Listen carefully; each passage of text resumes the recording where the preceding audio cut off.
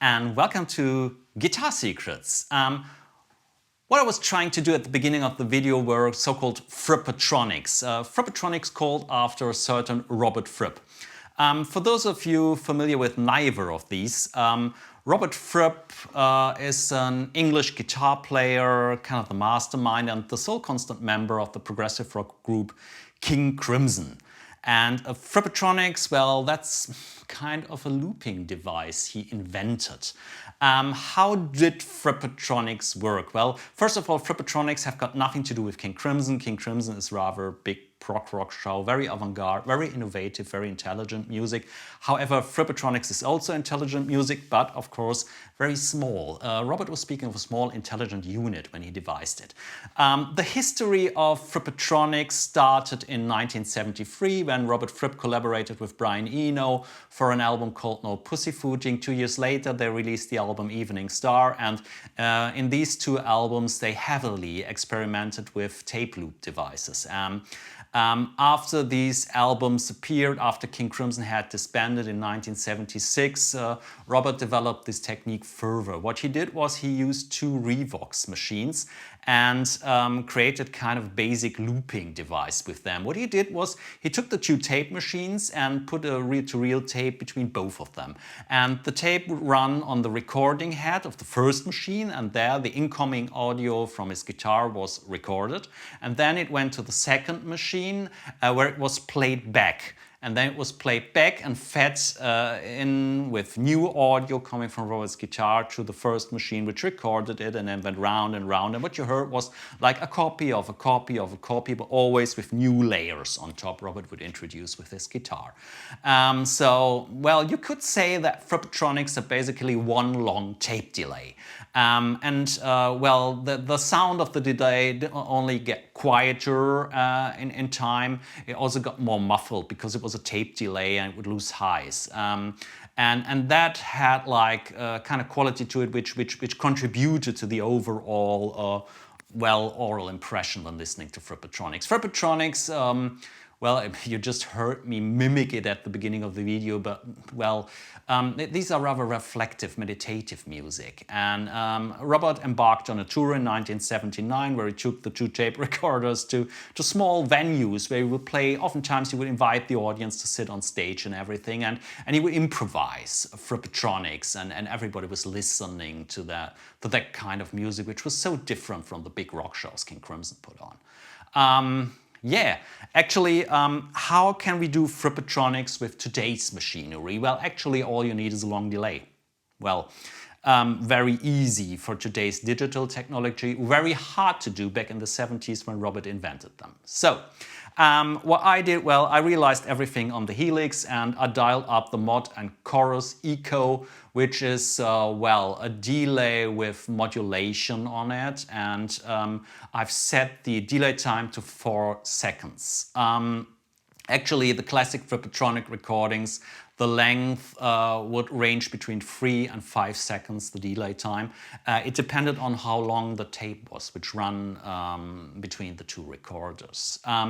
I've set feedback to 93%, and whether you're familiar with the Helix or not, you see that this is quite a high number. So you need lots of feedbacks. You want to become the echo, you want the echo to become quieter very slowly. And I've set a high cut on each instance of the echo, on each signal you're hearing, so it becomes more muffled when time progresses.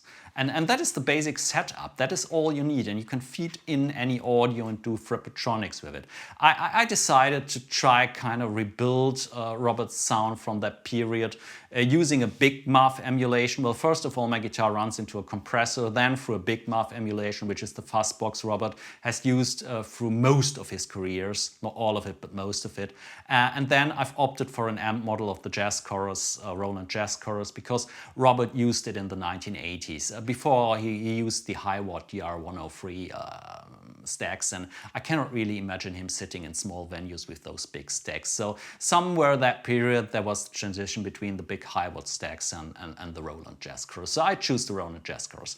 The volume pedal I'm using to do all these swells is put after the fuzz pedal. That is important because it is, well, A little bit idiosyncratic to Mr. Fripp's playing. He always does that. You can see that on photos as well, that the volume pedal is behind his fuzz box. Well, and then of course everything goes into the long delay. Okay, yeah, I've listened to 2 albums of Frippertronics actually when I prepared this video. First is, well, it was published I think in 1979.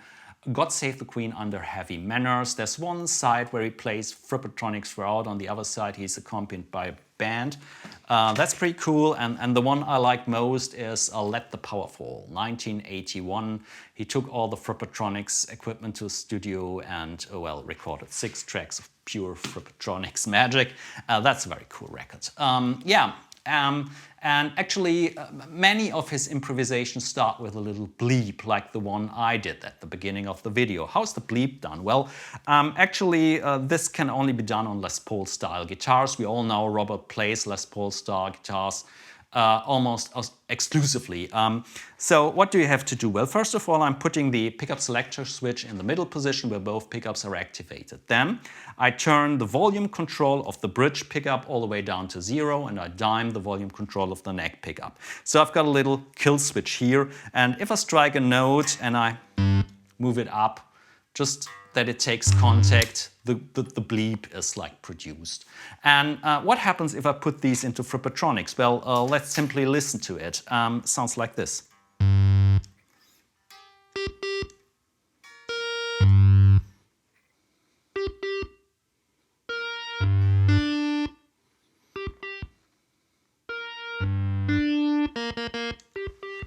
And so kind of a rhythm is produced, which is very good at the beginning of a Frippertronics improvisation because you can hear kind of a pulse. You have to have a feeling how long your delay is. Especially Robert would have to do this because he didn't know. He just had a tape which is running between 2 machines. Let me stop that for a second. Today, of course, we can dial in how many seconds of delay we want.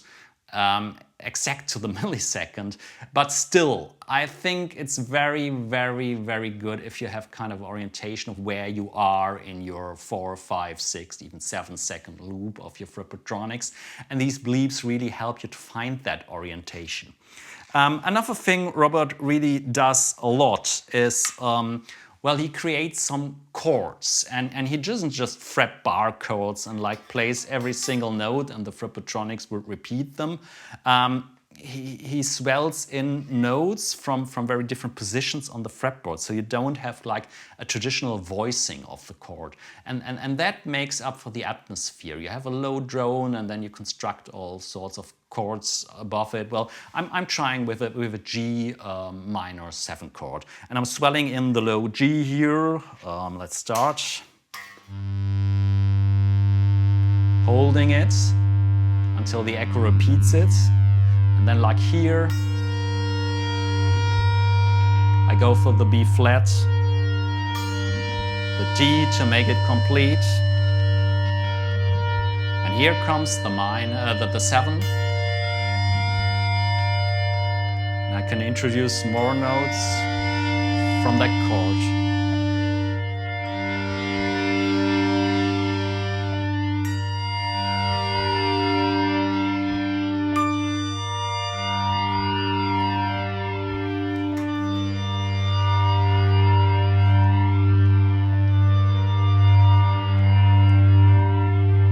There you have it. You have like a G minor 7 chord and it's like floating along. And from there on you can construct your improvisation. Maybe some of the bleeps might be still in there if you have started your piece with them. And now you have to do something, of course. And that's kind of where your improvisation begins. And once you improvise over these sorts of chords, just turning it off for the moment so you can understand me better, you have to be very careful. Don't like play a lot of notes. It's just very few notes, very carefully placed, and they make up the atmosphere. Remember, Frippertronics is kind of reflective, maybe meditative music. Don't like disrupt people with fretboard artistics. That's not the point of it. Try to create atmosphere. And, well, you just have to go with the flow. Don't like plan on your next move. Just play what your inner ear, what your inner musicality tells you. and then you have the echo repeating it, and your mind tells you where to go next. And that is the hard part, let loose of all the things which are going through your head when playing guitar. I have to do this, and now this, and now I want to modulate and everything. Just play the right note. To put it in Mr. Fripp's own words, you can play any note at any moment, provided it's the right one. And that is the hard part, and that is a thought I would like to leave you with. Yeah, I hope you enjoyed the video. If you did so, subscribe to my channel, drop me a like, everything you can do on YouTube, which is nice to people like me. Yeah, and in the meantime, have fun playing guitar and have fun experimenting with Frippertronics. Maybe you want to post some of your results when you go Frippertronical. I'd be very interested, actually. That's all for today.